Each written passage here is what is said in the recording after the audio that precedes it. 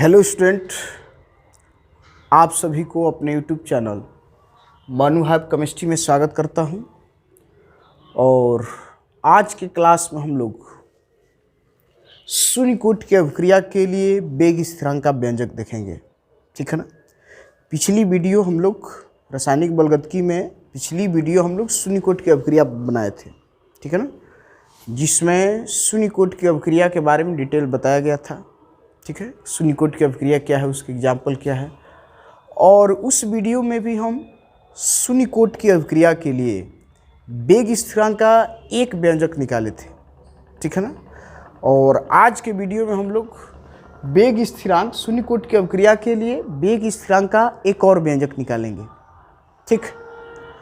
तो आइए उसको देखते हैं हम, ठीक है ना। शून्य कोटि की अभिक्रिया के लिए जो वेग स्थिरांक का एक और व्यंजक है, उसको इस वीडियो में हम देखेंगे कि जो शून्य कोटि की अभिक्रिया के लिए जो दूसरा व्यंजक है वह क्या है, ठीक। तो आओ जरा देखा जाए क्या है।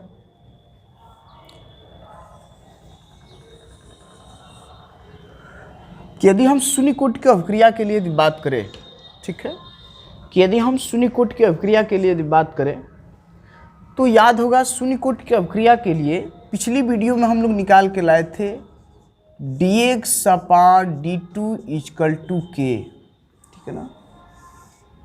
जो शून्य कोटि की अभिक्रिया वाली वीडियो नहीं देखे होंगे, ठीक है ना, मानू हैव केमिस्ट्री चैनल को सर्च करके, ठीक है, उसमें वीडियो वाले ऑप्शन में जा करके सारे वीडियो वहाँ पर उपलब्ध है। तो शून्य कोटि की अभिक्रिया वाली वीडियो देख लेना, उसमें हम लोग निकाले हैं शून्य कोटि की अभिक्रिया के लिए वेग समीकरण dx/d2 = k। तो जो नहीं देखे हैं पहले उस वीडियो को देख लेना, तब इस वीडियो को देखना ताकि बेहतर तरीके से समझ में आ जाए, ठीक। तो देखो वहाँ शून्य कोटि की अभिक्रिया के लिए ये वेग समीकरण होता है, ठीक है ना, dx/dt = k, ये वेग समीकरण होता है। तो शून्य कोटि की अभिक्रिया के लिए वेग समीकरण हम लोग निकाल के लाए थे dx/dt = k। अब हम करते क्या है कि इस dt को ज़रा इधर लाओ, यदि लाएंगे तो बन के आएगा dx = k dt, ठीक, dx = k dt। इसको कर दो समीकरण फर्स्ट, ठीक। और समीकरण फर्स्ट के, ठीक है, समीकरण फर्स्ट के दोनों पक्षों का निश्चित समाकलन कर दो। ये लिखेंगे समीकरण फर्स्ट के दोनों पक्षों का निश्चित समाकलन करने पर, ठीक है ना। याद होगा पिछली वीडियो में जो वेग स्थिरांक के व्यंजक हम निकाले थे उसमें हम लोग यहाँ तक सेम किए थे, बस यहाँ समीकरण फर्स्ट के दोनों पक्षों का वहाँ पर अनिश्चित समाकलन किए थे, और यहाँ पर अनिश्चित समाकलन न करके हम निश्चित समाकलन करेंगे, ठीक है। निश्चित समाकलन करेंगे तो एक और हमारा फॉर्मूला तैयार होकर के आ जाएगा, ठीक है। तो आओ जरा देखते हैं कि निश्चित समाकलन पर क्या फॉर्मूला निकल के आता है। निश्चित समाकलन करो तो करेंगे इंटीग्रेट dx, वहाँ भी बताए थे कि समाकलन करने के लिए ये हाथी के सूर जैसा ऐसा बनाते हैं, ठीक है। = इधर भी बना देंगे इंटीग्रेट k dt, ये समाकलन का प्रतीक है, हाथी के सूर जैसा वाला, ठीक है। ये हमारा समाकलन का प्रतीक होता है, ठीक है, dx/dt, ठीक है। यदि ये कट रहा होगा, ठीक है, यदि ये कट रहा हो तो देखो इसको हम ज़रा ऊपर लिख देते हैं, ठीक है। यदि यहाँ से यदि वीडियो में ये कट रहा हो तो ज़रा हम इसको ऊपर लिख दे रहे हैं कि यहाँ हम करेंगे क्या कि ये जो इक्वेशन मिला है ना dx/dt, जरा इसको और हम पास में लिखते हैं कि जो समीकरण मिला है इसके दोनों पक्षों का निश्चित समाकलन करना है। पहले तो समाकलन समझो, समाकलन क्या होता है, फिर हम बता देंगे निश्चित समाकलन क्या होता है। समाकलन का मतलब दोनों पक्षों में इंटीग्रेशन का चिन्ह लगाओ, ठीक है ना, समाकलन का चिन्ह लगाओ। तो हम लिखते हैं integrate dx = integrate k dt, ठीक है, ऐसा लिखेंगे हम, ठीक। अब हम करते क्या है कब करेंगे क्या कि निश्चित समाकलन करने के लिए, यहाँ लिखे है ना हम लोग निश्चित समाकलन, तो निश्चित समाकलन करने के लिए हम करते क्या है कि यहाँ पर लोअर लिमिट अपर लिमिट का प्रयोग करते हैं। और याद होगा कल अनिश्चित समाकलन में लोअर लिमिट अपर लिमिट का प्रयोग नहीं करते हैं, बल्कि अनिश्चित समाकलन में समाकलन करने के पश्चात एक समाकलन नियतांक सी जोड़ा जाता है। लेकिन जब निश्चित समाकलन किया जाता है ना तो समाकलन नियतांक नहीं जोड़ते हैं, यहाँ पर लोअर लिमिट और अपर लिमिट का प्रयोग करते हैं निश्चित समाकलन में। जो मैथ के स्टूडेंट होंगे वो बेहतर तरीके से इस बात को समझ पा रहे होंगे, जो बायो के स्टूडेंट होंगे नहीं समझ पा रहे तो ये समझ जाओ कि यहाँ पर करते क्या है कि जब भी निश्चित समाकलन होगा तो लोअर लिमिट अपर लिमिट लगाते हैं, और यदि निश्चित समाकलन नहीं होगा अनिश्चित होगा तो लोअर लिमिट अपर लिमिट नहीं लगाते हैं, उसमें समाकलन नियतांक सी लगाते हैं। ठीक, लोअर लिमिट अपर लिमिट का मतलब कि नीचे एक सीमा लिखी जाती है, एक ऊपर सीमा लिखी जाती है। ठीक, तो यहाँ एक्स क्या है, शांतम परिवर्तन है ना। पीछे वीडियो में हम लोग पहले ही वीडियो में रासायनिक बलगतिकी के लेक्चर 1 में ही ये बात हो चुकी है कि dx का मतलब शांतम परिवर्तन। ठीक है, तो अब देखना है कि शांतम परिवर्तन कहाँ से कहाँ तक हो रहा है। तो मान ले रहे हैं कि शांतम परिवर्तन शांता x1 से x2 के बीच हो रहा है, यही इसकी लिमिट। मान ले रहे हैं कि शांता x1 शुरू में थी और बदल करके x2 हो जा रही है। ठीक है, तो वही लोअर लिमिट अपर लिमिट कहलाता है। ये देखो कहाँ से कहाँ तक उसका मान वैरी कर रहा है, माने बदल रहा है, कहाँ से लेकर के कहाँ तक, उसके बदलने की सीमा क्या है, उसी को लोअर लिमिट अपर लिमिट कहा जाता है। तो मान ले रहे हैं कि शांता एक शुरू में x1 थी, बदल करके x2 हो गई है। शुरू में जो थी उसको नीचे लिखते हैं, जो बाद में हो जाती है उसको ऊपर लिखते हैं। नीचे वाले को लोअर लिमिट पढ़ते हैं, ऊपर वाले को अपर लिमिट पढ़ते हैं। ठीक, तो इसकी सीमा हम मान ले रहे हैं x1 से x2। ठीक, अब जरा इधर देखो, इधर के तो अचर है भाई, बाहर निकल जाएगा। एक पिछली वीडियो में बात हुई है, नहीं भी जानते हो तो समझ जाओ। यहाँ के अचर है और अचर का हम लोग समाकलन नहीं करते हैं, इसको हम लोग बाहर निकाल देते हैं। ठीक, यहाँ से के बाहर निकल जाएगा। ठीक, अब बचेगा क्या, dt ना। तो dt का मतलब समय में परिवर्तन, dt का मतलब समय में परिवर्तन। तो समय में परिवर्तन को हम मान ले रहे हैं कि यह समय t1 से t2 के बीच बदल रहा है। यानी शुरू में टाइम t1 था, बदल करके t2 हो गया। मतलब टाइम जो परिवर्तन हो रहा है टाइम में, वह t1 और t2 के बीच हो रहा है। तो t1 और t1 को लोअर लिमिट बोल देंगे और t2 को अपर लिमिट बोल देंगे। मैं लोअर लिमिट को निम्न सीमा बोला जाता है हिंदी में, अपर लिमिट को उच्च सीमा बोला जाता है। ठीक है, तो इस तरीके से ये हमारा लोअर लिमिट अपर लिमिट तैयार हो जाता है कि जिसके सापेक्ष समाकलन हो रहा है। यहाँ dx लिखे है ना, मैंने x में परिवर्तन देख लो, तो मान ली है कि x में परिवर्तन x और x2 के बीच हो रहा है। यहाँ dt का मतलब कि समय में परिवर्तन, समय में परिवर्तन का मतलब t1 और t2 के बीच समय में परिवर्तन हो रहा है। ठीक, अब जरा करो, और यहाँ अब सी नहीं लगाएंगे। और निश्चित समाकलन करते हैं ना तो सी लगाते हैं, लेकिन निश्चित समाकलन का मतलब कि अब तो उसकी सीमा फिक्स कर दी है कि x और x2 के बीच उसकी वैल्यू होगी, इसलिए समाकलन नियतांक नहीं लगाते हैं। तो इतना याद रखना है कि निश्चित समाकलन में समाकलन नियतांक सी जोड़ा जाता है, जबकि निश्चित समाकलन में समाकलन नियतांक सी नहीं जोड़ा जाता है। ठीक, अब जरा इसका समाकलन करो। dx का समाकलन करना है एक के सापेक्ष। ये बात पिछली वीडियो में भी हुई है, जो नहीं देखे हैं शून्यकोट की अवक्रिया वाली वीडियो को अवश्य देख लें, उसमें इस बात की भी चर्चा। वहाँ भी हम वेग स्थिरांक का एक और व्यंजक निकाले हैं, जहाँ हम खूबसूरत तरीके से सिखाए हैं कि समाकलन कैसे करते हैं। तो यदि आगे कुछ नहीं है तो एक है, और एक का यदि जिसके सापेक्ष समाकलन करते हैं, यहाँ x के सापेक्ष कर रहे हैं तो समाकलन x हो जाएगा, तो यहाँ लिख लेंगे x।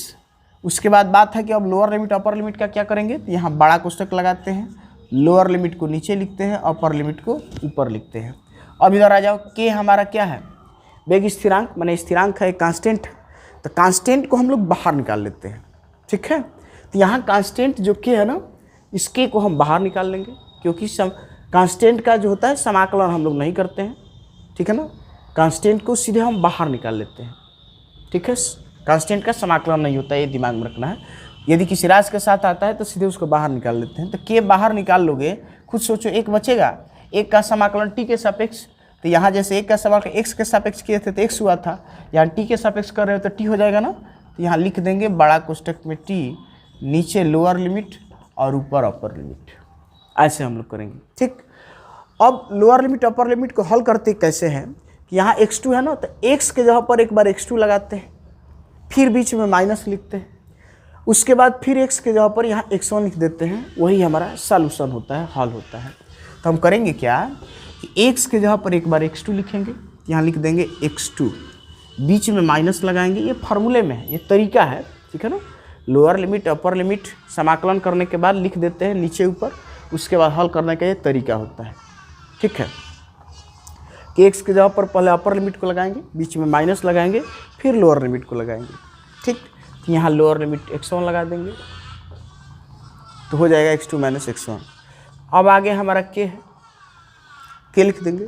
ठीक, अब यहाँ देखो, यहाँ भी फिर वही बात कि पहले t के जगह पर अपर लिमिट लगाएंगे ना t2, तो लिख देंगे t2, बीच में माइनस लगाएंगे, उसके बाद t के जगह पर लोअर लिमिट t1 ऐसे।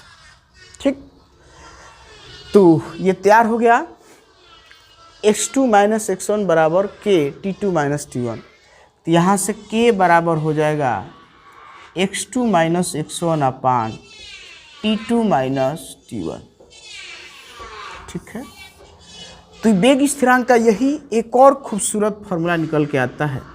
याद होगा पिछले वीडियो में हम वेग स्थिरांक का अनिश्चित समाकलन करके एक वेग स्थिरांक का फार्मूला निकाले थे, k बराबर x बाई टी। यदि तुम्हारे क्वेश्चन में एक टाइम दिया हो, एक सांता दिया हो, तो k बराबर x बाई टी लगाएंगे। लेकिन क्वेश्चन में यदि दो टाइम दिया है कि समय t1 से t2 हो जा रहा है, 5 सेकेंड से 10 सेकेंड हो जा रहा है, उसमें सांता में परिवर्तन 5 से 10 हो जाए, कुछ भी क्वेश्चन बन जाए, ठीक है ना, कि दो टाइम दे दिया जाए, दो सांता दिया जाए, तब ये फार्मूला लगाते हैं k बराबर x2 माइनस x1 अपान t2 माइनस t1। तो एक और ये फार्मूला निकल के आता है। जैसे हमारे क्वेश्चन में आंकड़ा होता है वैसा हम फार्मूला लगाते हैं।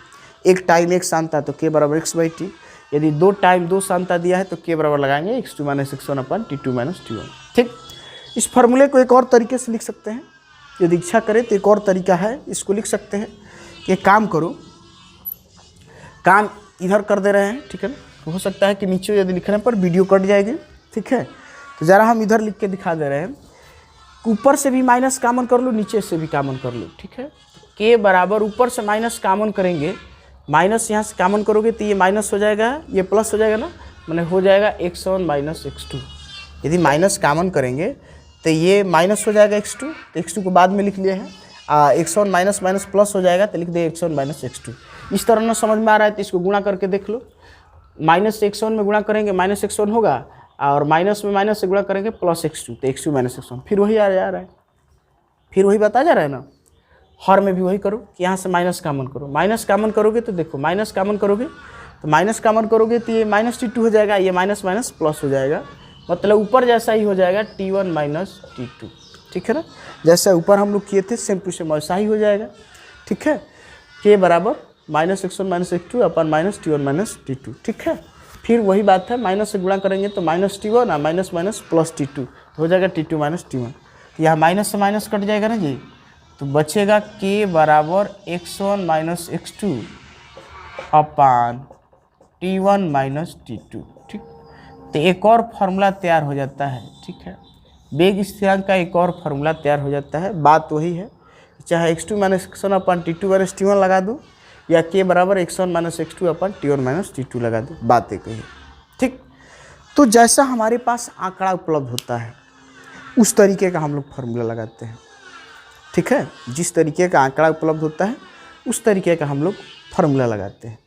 ठीक, तो वह भी याद रखना है, k बराबर x बाई टी भी याद रखना है, और ये भी याद रखना है k बराबर x2 माइनस x1 अपन t2 माइनस t1, या k बराबर x1 माइनस x2 अपन t1 माइनस t2।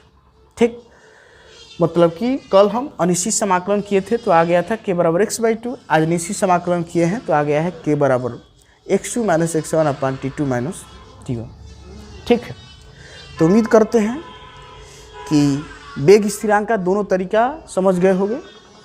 पिछली वीडियो में भी जो वेग स्थिरांक का व्यंजक निकाले थे उसको भी समझ गए होंगे, और आज भी हम लोग जो वेग स्थिरांक का व्यंजक निकाले हैं इसको भी समझ गए होंगे।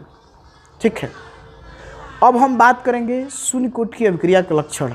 ठीक है ना, कभी कभी एग्जाम में आता है कि शून्य कोटि की अभिक्रिया को परिभाषित कीजिए तथा इसके 2 लक्षणों का उल्लेख कीजिए, 3 लक्षणों का उल्लेख कीजिए, या सिंपली ये कहता है कि शून्य कोटि की अभिक्रियाओं का लक्षण लिखिए। ठीक है, अक्सर एग्जाम में ये क्वेश्चन आता है, शून्य कोटि की अभिक्रिया को उदाहरण सहित स्पष्ट कीजिए तथा इसके लक्षण का भी उल्लेख कीजिए।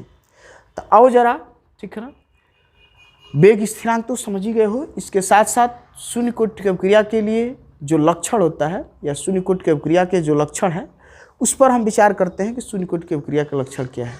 ठीक है, तो आओ जरा देखा जाए। शून्य कोटि की अभिक्रिया का लक्षण क्या है, मिटा दे इसको, ठीक है, या तो इसको वीडियो को पुश करके नोट कर लो या स्क्रीनशॉट ले लो, ठीक है। उसके बाद हम इसके लक्षण को दिखा देते हैं, ठीक है।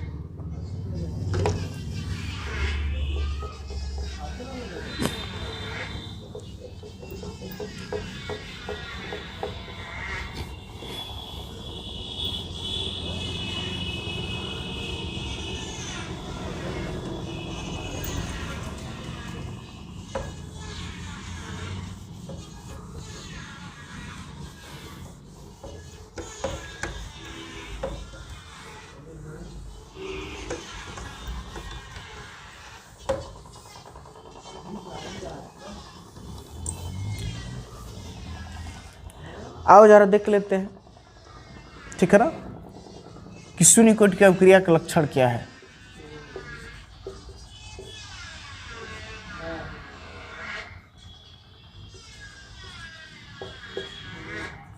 शून्य कोटि की अभिक्रिया के लक्षण,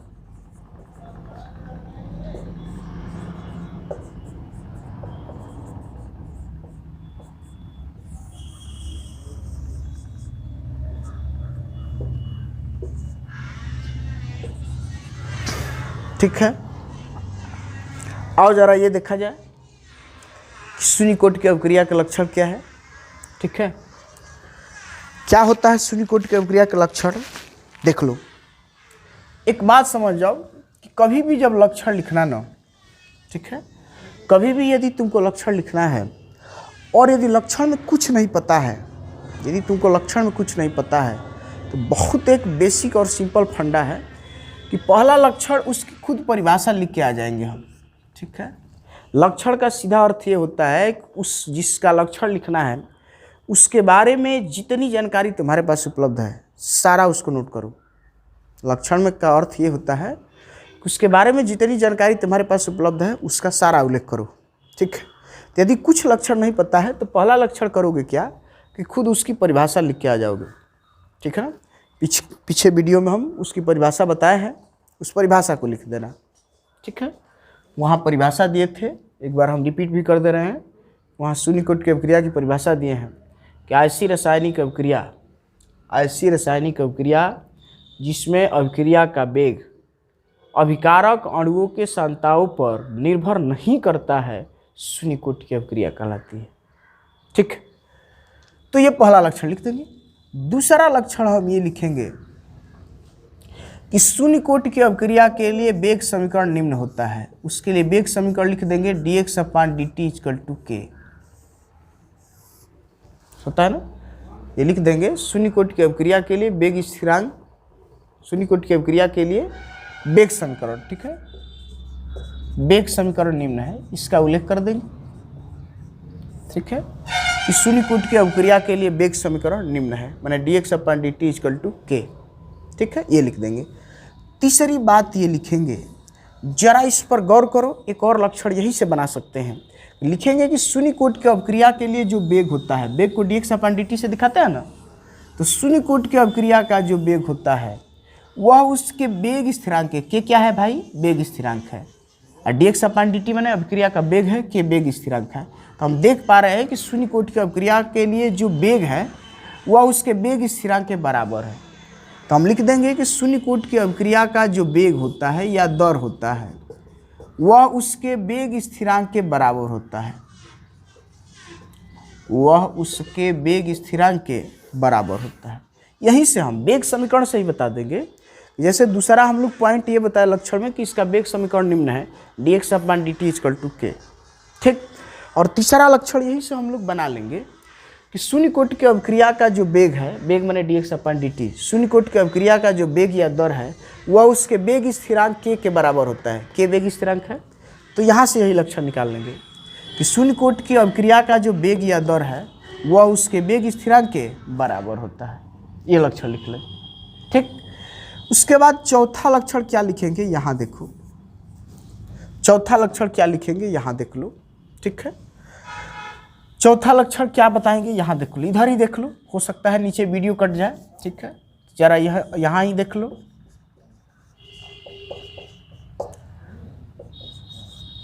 नीचे हो सकता है, दिखाई तुमको ना दे, कट जाए वीडियो में। तो चौथा हम ये लिखेंगे कि शून्य कोटि की अवक्रिया निम्न समीकरणों का पालन करती है।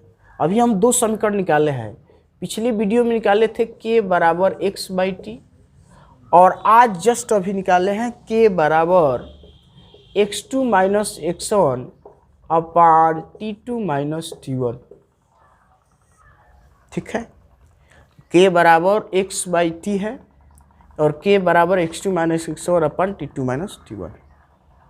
ठीक है, तो ये हम चौथा लक्षण बताएंगे कि शून्य कोटि की अवक्रिया निम्न समीकरण का पालन करती है, या ये कह सकते हैं कि शून्य कोटि की अवक्रिया में वेग स्थिरांक का व्यंजक निम्न है। पहला बताएंगे k बराबर x/t और दूसरा बताएंगे k बराबर x2 माइनस x1 अपन t2 माइनस t1। ये बता देंगे हम। ठीक, ये चौथा लक्षण बताएंगे। लास्ट में हम 5वां लक्षण एक और बता देंगे। ठीक है, 5वां लक्षण हम ये कह रहे हैं कि जरा इस k का व्यंजक निकालो, व्यंजक कर रहे हैं सॉरी, इसका मात्रक, कि शून्य कोटि की अवक्रिया में वेग स्थिरांक का मात्रक क्या होगा। k का मात्रक बनाना है भाई। ठीक है, k का मात्रक क्या होगा। ठीक है, तो जरा देखो k का मात्रक क्या है। x क्या है भाई, सांता। सांता का सिंपली मात्रक होता है मोल प्रति लीटर, और यहाँ t क्या है, टाइम। टाइम है ना, समय। समय का मात्रक सिंपली सेकेंड होता है। तो यहाँ से निकल के आ जाएगा मोल प्रति लीटर इंटू सेकेंड। मात्रक निकल के आ जाएगा मोल प्रति लीटर इंटू सेकेंड, या इसको लिख सकते हैं मोल into litre inverse into second inverse. ठीक है, तो हम ये बताएंगे कि शून्य कोटि की अभिक्रिया में वेग स्थिरांक का मात्रक, शून्य कोटि की अभिक्रिया में वेग स्थिरांक का मात्रक मोल प्रति लीटर इंटू सेकेंड या मोल into litre inverse into second inverse होता है। ठीक है, तो ये थे हमारे शून्य कोटि की अभिक्रिया के लक्षण। उम्मीद करते हैं कि 5 लक्षण समझ गए होंगे। पहले लक्षण में तो भाई उसका खुद परिभाषा लिखना है। दूसरा लक्षण में हम लिखे हैं, दूसरा लक्षण बता देंगे कि शून्य कोटि की अभिक्रिया का वेग समीकरण निम्न है, dx अपन dt इक्वल टू k। तीसरी बात, इसी को जरा फैला के लिख देंगे कि शून्य कोटि की अभिक्रिया के वेग या दर जो है वह उसके वेग स्थिरांक के बराबर होता है।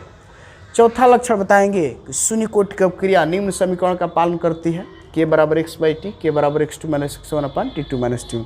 और लास्ट चौथा लिखेंगे कि शून्य कोटि की अभिक्रिया के लिए वेग स्थिरांक का मात्रक मोल प्रति लीटर इंटू सेकेंड या मोल into litre inverse into second inverse होता है। ठीक है, जरा ये वाला लक्षण बहुत ज़्यादा इंपॉर्टेंट होता है कि कभी कभी ऐसी कंडीशन आती है कि यदि हमको शून्य कोटि की अभिक्रिया, प्रथम कोटि की अभिक्रिया, द्वितीय कोटि की अभिक्रिया यदि पहचानना होता है, ठीक है, तो कभी कभी मात्रक का भी सहारा लेना पड़ता है। कि यदि कहीं मान लो कि मात्रक लिखा है, ठीक है ना, कोई आंकड़ा दिया है, वेग स्थिरांक का सपोज करो आंकड़ा दिया है और उसका मात्रक लिखा है, और ये पूछ रहा है कि बताओ कि ये वेग स्थिरांक शून्य कोटि की अभिक्रिया के लिए है कि प्रथम कोटि की अभिक्रिया के लिए है, कि द्वितीय कोटि की अभिक्रिया के लिए है, कि तृतीय कोटि की अभिक्रिया के लिए है। तो वेग स्थिरांक का जो मात्रक है ना, मात्रक देख करके भी हम आसानी से अभिक्रिया की पहचान करते हैं।